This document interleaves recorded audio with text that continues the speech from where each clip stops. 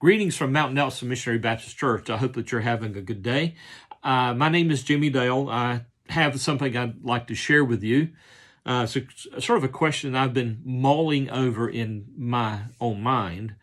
It's about what's happening with our young people. They grow up in church, or some of them do, grow up in church, and then something happens when they go off to college.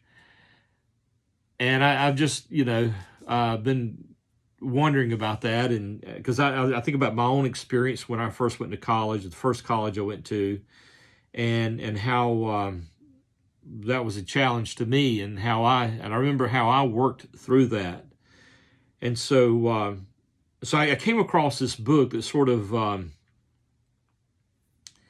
helps me explain to parents about what's happening. And so let me just say this as well. When you walk into a college classroom, in some cases it can be a very intimidating situation. You have a professor who is most time brilliant, very well educated, very articulate, and would be, most cases, be something that a young person would admire or would look up to. Then you have the other students. And so there's a lot of social pressure there to want to conform and to be a part of the to get along. And if you're in a class, the assumption is you want to do well in the class, and so you want to appropriately please the professor so that you get a good grade. And so there's a lot of pressure on a student in that kind of situation to conform.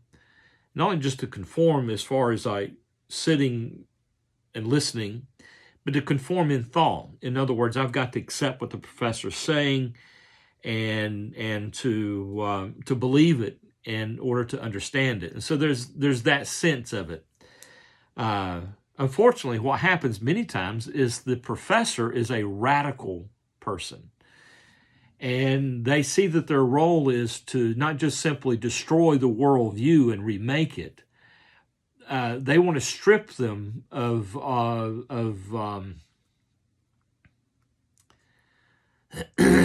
in some cases, it would strip them of their faith because they think that their faith is misinformed. And so when it comes to ideas like a belief in the Bible, faith in God, a belief that there is such a thing as absolute truth, all these things are stripped of the young people when they're sitting there in a class. And I give an example. This book that I just got done reading, it's called The Cynic and the Fool. And it's the subtitle was the Unconscious in Theology and Politics by Tad DeLay.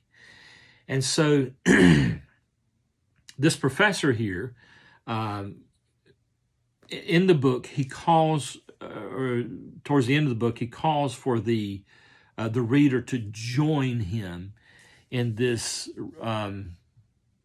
in fighting the master, or fighting the system. He doesn't use the word system, but that's what he's ultimately referencing. The oppressive system.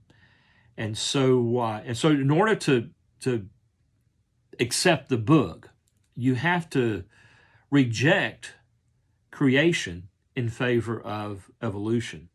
You have to reject the Bible as being truthful and accept it to be something man-made that simply evolved over the years.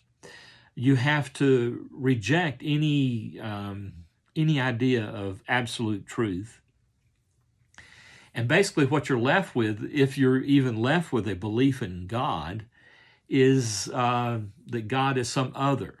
And so that's not very clear. Even though this is a book on theology, it's not clear that he actually believes in God at all. In fact, I'm not so sure that he does.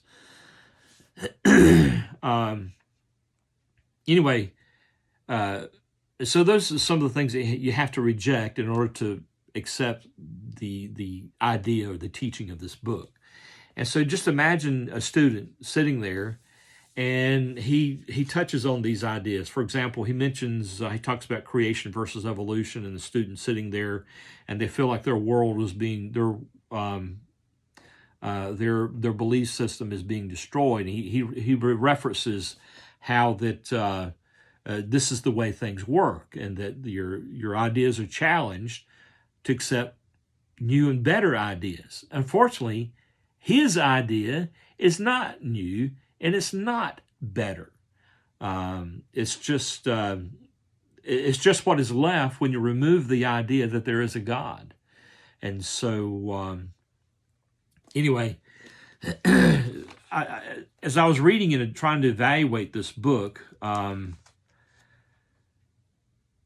it's like he can't accept that there are people that are sincere in their belief. For example, he mentions President Trump, and he doesn't mention him by name, but that's who he's referencing. And so now my question is, how does he know whether Trump is sincere or not?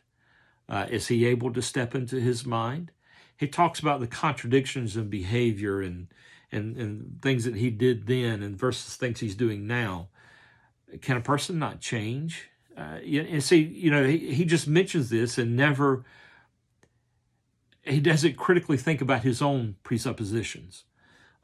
He talks about the need for critical thinking, but he does not think critically about his own positions, his own assumptions. For example, not all scientists believe in evolution. There are some that do not. He mentions the unreliable nature of the Bible. He talks about the 5,000 manuscripts that we have for the New Testament. He mentioned that how none of these manuscripts are exactly the same. But that's either disingenuous or just flatly dishonest. Yes, there are 5,000 manuscripts, and yes, they have variations. But the amount of reliability from those manuscripts is simply amazing. See, he doesn't even mention that. He just sort of, oh, well, you can't rely on the Bible because of all these manuscripts and all the different translations and the differences in the translations. See, that's either disingenuous or just flatly dishonest. And so for a young person sitting there in a classroom and they're not familiar with the evidence that supports the reliability of Scripture, and they're totally disarmed or unprepared to hear arguments like that. And so that's what he does. He just briefly mentions something that has a little bit of truth to it, but he uses that little bit of truth in a very deceptive way. And I'm not sure if he's not familiar with the evidence himself, or he's just glossing over it in order to get to his main point, which is an advocacy of Marxism. And so, anyway, I don't want to ramble on because I feel like it might bore you to go into it, but I do want to explain that this in part is what's happening. Our students walk in and they're not prepared to hear a challenge like this from a professor like this, and they're stripped of their beliefs. They're put on the defensive and made to feel either foolish for believing that there is a God, that the Bible is true, that God has spoken to us through the Bible, and so they're put on the defensive. And so anyway, for me that's an explanation of what's happening. Leave a comment. Tell me what you think. I hope you have a good day.